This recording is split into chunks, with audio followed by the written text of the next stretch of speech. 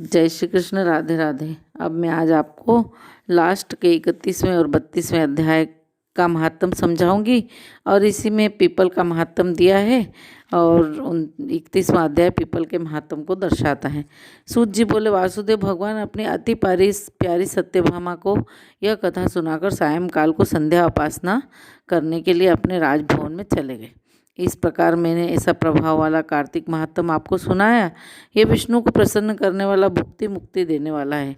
हरि जागरण, प्रातः स्नान, तुलसी सेवन, उद्यापन, दीपदान, ये ही कार्तिक के व्रत हैं। ऋषि बोले, विष्णु को प्रसन्न करने वाला, अत्यंत फल देने वाला कार्तिक व्रत इतिहास समेत आपने कहा।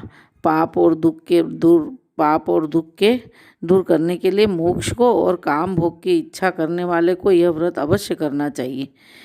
यदि इस व्रत में मनुष्य संकट में पड़ जाए, गहरे वन में भटक जाए या रोगी हो जाए, तो यह शुभ व्रत कैसे निभाया जाए। तो सूत जी बोले, किसी आपत्ति में दृढ़ संकल्प करने वाला पुरुष फंस जाए तो विष्णु अथवा शिव जी के मंदिर में जाकर जागरण करे। यदि मंदिर न हो तो किसी देवता के स्थान में जाकर करे। कठिन वन अथवा किसी प्रकार के आपत्ति के आ जाने पर पीपल के नीचे अथवा तुलसी वन में जागरण करे। विष्णु के मंदिर में विष्णु सहस्त्र नाम का जाप करे तो 1000 गौओं के दान का फल प्राप्त होता है। बाजा बजाने वाले को वाजपेयी यज्ञ का, भगवान के आगे नृत्य करने वाले को सब तीर्थों का फल और स्नान का फल मिलता है। सब तीर्थों का स्नान का फल मिलता है। जो मनुष्य आपत्ति में हो और उसे कहीं भी जल न मिले अथवा रोगी हो तो विष्णु नाम से मार्जन करे। जो व्रती उद्यापन विधि को न कर सके तो व्रत पूर्ण करने के लिए भूखों को भोजन खिलावे। दीपदान न कर सके तो दूसरे के दीपक को जला दे, उनकी रक्षा करे। जो तुलसी के वृक्ष न हो तो विद्वान भक्तों का पूजन करे, क्योंकि विष्णु भगवान सदा अपने भक्तों के समीप रहते हैं। इन सब के अभाव में व्रती गो, पीपल और वट का पूजन करे, यानी गाय माता का, पीपल का और वट के वृक्ष का, बड़ के वृक्ष का पूजन करना चाहिए। ऋषि ने पूछा कि व्रत के पूर्ण करने के लिए आपने वट, पीपल वृक्ष को गो ब्राह्मण के समान कहे, तो दोनों वृक्ष क्यों अधिक पूजनीय है।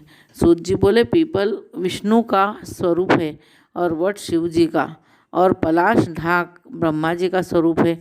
अर्थात जो पलाश का वृक्ष है वो ब्रह्मा जी का प्रतीक है। इसीलिए जो है पीपल विष्णु का प्रतीक होने के कारण और बड़ का पेड़ शिव जी का प्रतीक होने के कारण इनकी पूजा की जाती है। ऋषि बोले, ब्रह्मा, विष्णु, महादेव ये वृक्ष कैसे हो गए? हे धर्मज्ञ, हमसे कहो। सूत जी बोले, एक दिन शिव पार्वती भोग विलास कर रहे थे। उसी समय ब्राह्मण का रूप धरकर अग्नि देवता उनके विषय में विघ्न करने के लिए आ पहुँचे। तब पार्वती जी ने देवताओं को शाप दिया। पार्वती जी बोली, कृमि और कीट आदि भी विषय सुख को जानते हैं, इसमें तुमने विघ्न किया है, सो देवताओं तुम सब वृक्ष हो जाओ। तो सूत जी बोले, इस प्रकार पार्वती के कुपित होने से के शाप से सब देवता वृक्ष हो गए। हे मुनीश्वरों, तभी से विष्णु और महादेव भी पीपल और वट के वृक्ष हो गए। पीपल को शनिवार के दिन ही स्पर्श करे और किसी भी दिन स्पर्श नहीं करना चाहिए। यह था पीपल के वृक्ष का महत्व।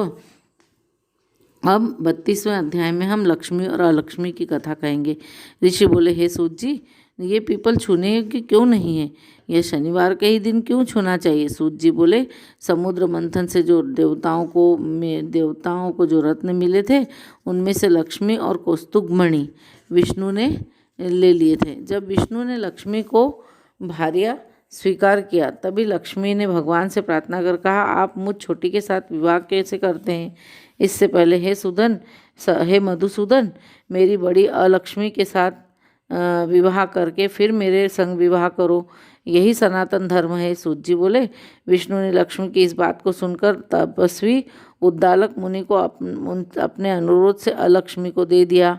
उस अलक्ष्मी का स्थूल मुख था, श्वेत दांत, जीर्ण शरीर, लाल नेत्र और बाल रुखे थे। धर्मज्ञ उद्दालक मुनि विष्णु के अनुरोध से उसको अंगीकार कर अपने आश्रम में ले गए।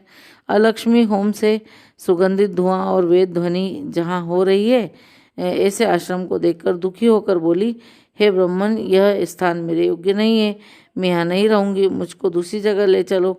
उद्दालक मुनि बोले, हे कांते, तू यहाँ क्यों नहीं रहेगी, सो बता। तेरे योग्य कौन सा स्थान है?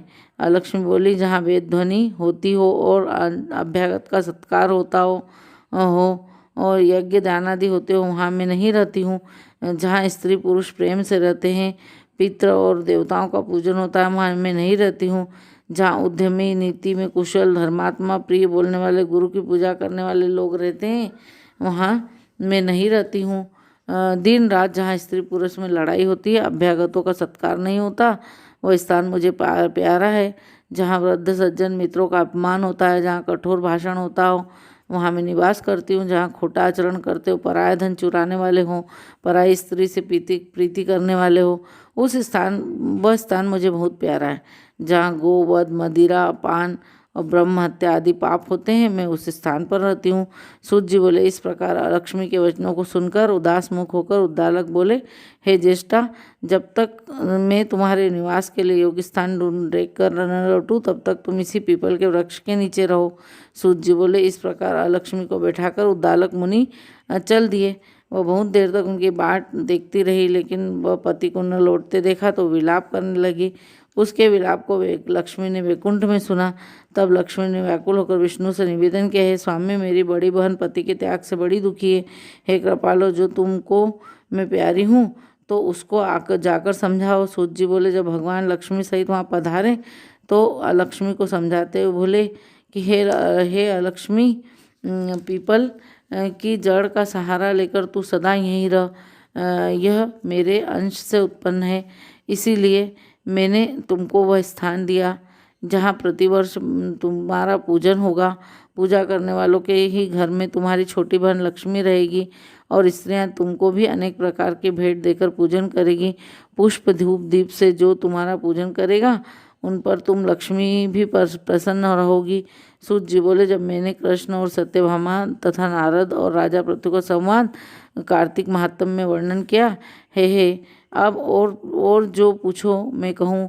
विष्णु ऋषि सुनकर ऋषि मंद मंद मुस्कुराने लगे और कुछ नहीं बोले। सब शांत चित्त होकर बद्रिकाश्रम के दर्शन के लिए चले गए। जो प्राणी इस कथा को पढ़ेगा, सुनेगा, वह सब पापों से छूटकर विष्णु के स्वरूप को प्राप्त होगा। कहते सुनते ओंकारा भरते सभी की सभी मनोकामनाएं पूर्ण हो।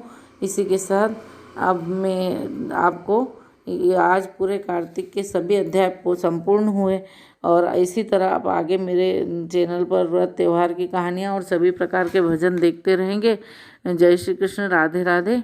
और आप ज़रूर देखें और चैनल को सब्सक्राइब ज़रूर करें और शेयर तो ज़रूर ही करें। धन्यवाद।